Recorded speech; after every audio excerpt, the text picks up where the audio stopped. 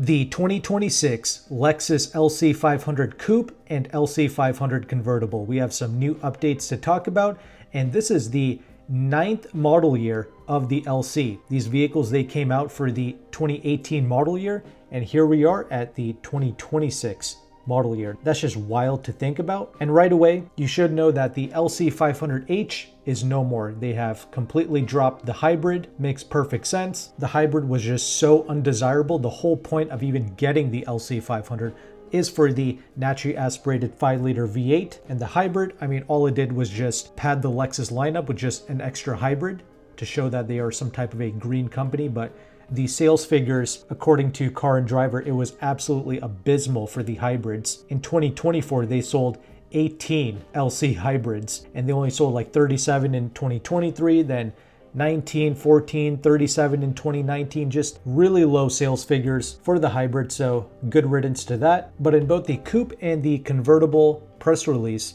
Lexus has still not said anything about these being the last model years for these vehicles. In fact, there is no final edition or anything like that. What we have for both models is a inspiration series. For the 2026 Coupe, we have a limited run of 200 units for the inspiration series. For that coupe model, you're going to get the new 2026 color known as Smoke Matte Gray. I gotta say, that is an amazing color for this car, and that's going to be paired with the white and black interior along with the blacked out exterior with some carbon fiber aesthetic enhancements, including that pretty awful rear wing. I was never a fan of that wing, but comment below, let me know your thoughts regarding that. For the convertible, we also have an inspiration series, but you get up to 350 units for North America regarding the convertible, and these are going to come in the new wind color, which again, that's a new LC color for 2026 regarding the convertibles. And for the interior space of this convertible inspiration series, you're going to get saddle tan with white semi-aniline leather seats. And you're also going to get the blacked out exterior elements and unique center console badging. The convertibles do not come with that massive wing in the back for the inspiration series. Those are pretty much your main highlights. The exterior design of this car has never really changed ever since it came out in 2018. They just made subtle little enhancements here and there, gave it some new wheel designs, came out with a bunch of these special editions and inspiration series vehicles every single year that were limited in production. But regardless of that, we do have the official price for the 2026 LC. The coupe, it's going to start at $101,700. That's $500 more than the 2025 coupe, and it's going to go on sale in fall of 2025. For the convertible, the price is going to start at $109,200, about $800 more than the 2025, also going on sale in fall of 2025. But we can go through some details here. Regarding the 2026 coupes, you're going to get 8 exterior color options. You get ultrasonic blue mica 2.0, great color. You get the caviar, which is like a black. You get cloudburst gray, iridium, which is like a silver. You get ultra white, infrared, which is that red color. That was the color of my 2020 LC. And we have that new smoke matte gray color as well, along with nori green pearl. Really sad that they are not offering the atomic silver. That is such a cool and unique Lexus color for sure. I definitely prefer atomic silver over iridium. Great color. But anyway, let's move on here. The convertible models are pretty much going to be available in the same colors, except the special edition color changes. The convertible is available in wind as opposed to the coupe, which comes in that smoke matte gray. All 2026 LC500s feature the standard 12.3-inch touchscreen, and they all come with the panoramic view monitor or the 360 camera as standard. And you do also get the over-the-air updates. For 2026, you are still able to have your bespoke build option, which is cool. Personally, if I were to get an LC, I would definitely do a bespoke build because that allows you to get the blacked out exterior accents and some unique option combinations as well. Something that I've never been able to properly confirm over the years is the rear wheel steer and the overall performance package or the dynamic package regarding the bespoke build LCs. I don't think any of those bespoke models come with the rear wheel steer. Comment below, let me know if that's true or not. Personally, I find that to be a good thing. I love how organic and great the LC drives without the rear wheel steer. So if I can avoid that complexity, that's great.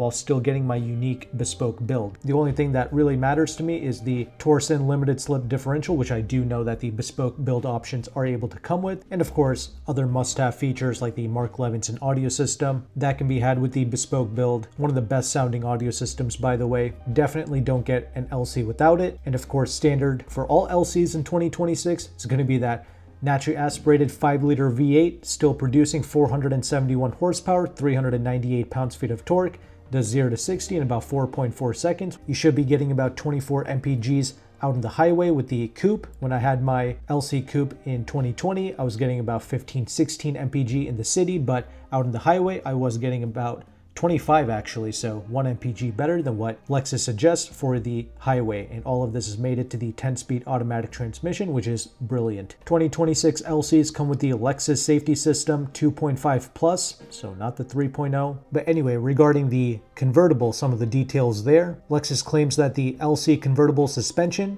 it was tuned specifically to complement the subtle changes in weight between the coupe and the convertible. I must say the convertible does ride exceptionally well. I can definitely see why it's become so popular. And that soft top convertible, it's pretty quick to operate. It takes about 15 seconds to open and about 16 seconds to close. And this can be operated at speeds of up to 31 miles per hour. Very nice. This is a 4-layer soft top, which includes 3 layers of fabric and 1 layer of sound absorbing material. And I have to say, if you're worried about the refinement with the convertible top up, I kid you not, it's almost as quiet as the coupe. Really impressive sound insulation. In fact, the roof material itself, it was carefully selected to ensure optimal tension and to minimize the wrinkling and to improve the sound insulation. And it's true, the convertible top looks great. It does maintain that kind of coupe styling when you have it up. The convertible is also designed with a HVAC system that adjusts the temperature, whether the top is raised or lowered.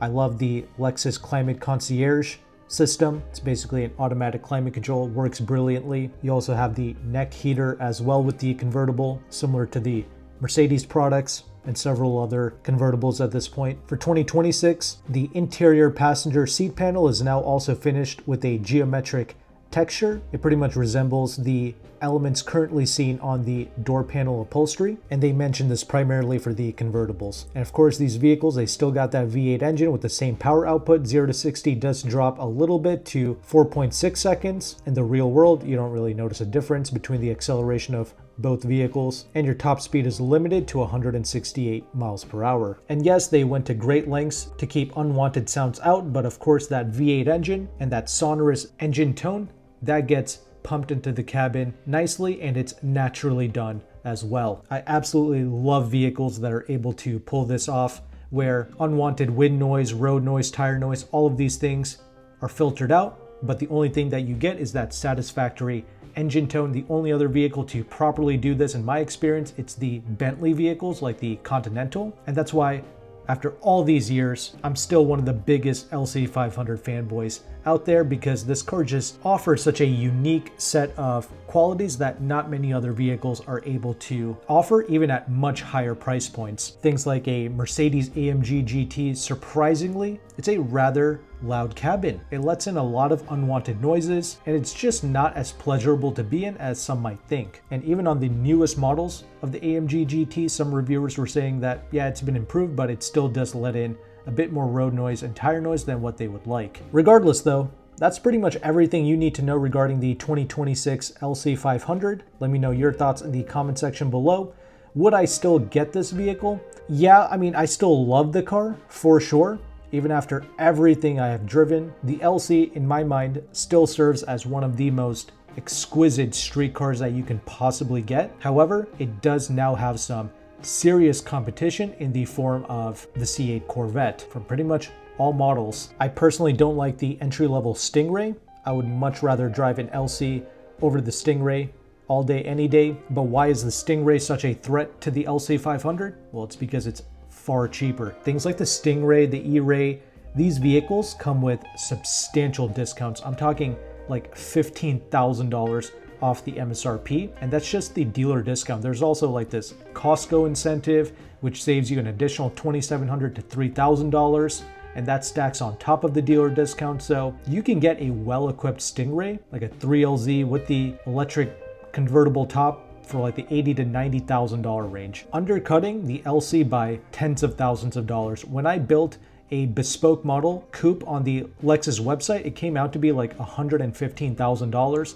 When I bought my 2020 coupe, I got like 10 grand off the MSRP.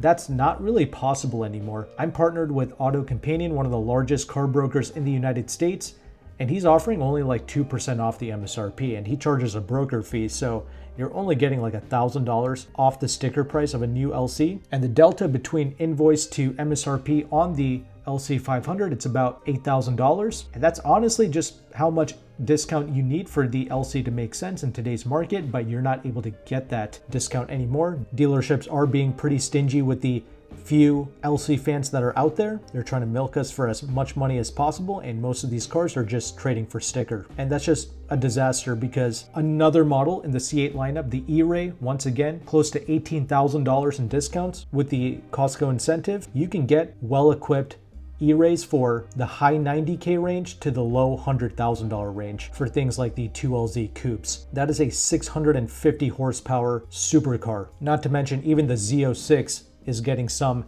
dealer discounts in the realm of like 10K off, and that's pretty much a modern day Ferrari 458. So to get these high performance vehicles brand new with full factory warranty for less than the LC, yeah, that pretty much just crushes the LC market. Not to mention, something I love about the LC500 is the interior space. Surprisingly, it's the C8 to come the closest in mimicking the style and the sturdiness of the LC500 interior space. It is shocking just how much effort you need to exert in just closing the cup holder flap in a C8 Corvette interior space. Yeah, it might be a Chevy or a GM product, whatever, but they definitely went all out when constructing the C8. I am very impressed with that. Porsche is okay, but you're gonna have to shell out quite a lot of money, like 180K if you want like a full leather Carrera S rear-wheel drive. But if you're really wealthy and you like the fact that the Porsche has good resale value, then fine, go for it. But it's nowhere near as exciting to drive as things like this LC or something like a Z06 Vet. If you're truly wealthy and you love the LC formula, the vehicle that you would love the most and the vehicle that you will see as a true step up in just about every way is going to be something like a Bentley Continental GT. Yeah, brand new, those things are like well over 300 grand, but certified pre-owned ones can be had for like 180, 200. So if you're really wealthy, that is something that you can consider. Interior is exquisite, and much like the LC, you just get the rumble of that phenomenal V8 engine coming through the cabin, and the outside world is pretty much filtered out completely. Really impressive, drives great, comes with all-wheel drive. On the lower end, for a lot less money, even less money than the LC, you can get things like the M3s and the M4s, the new one. I actually do like those new BMWs. They do drive good. They don't quite have the same level of character and soul as something like an LC, but they come in at a much lower price point. They seem to have reasonably good resale value as long as you don't just pile up the miles. So that's just something else to consider in today's market. I just wish that the LCs could also be had with some substantial discounts similar to the Vets, as mentioned before. I don't like the Stingray, I don't like the way that drives, but it is great value for what it is. The E-Rays and the Z06s, those are some of the more proper driving Vets for sure. But comment below, let me know your thoughts. If you've recently bought a new LC, how was the buying process? Were you able to get a discount? How do you like the car? Almost everyone who's bought one seems to share my same sentiments. They absolutely love the vehicle. It is so exquisite. I wish more car enthusiasts would have given this vehicle a chance over the past few years. But thank you again for watching this video. Take care and goodbye.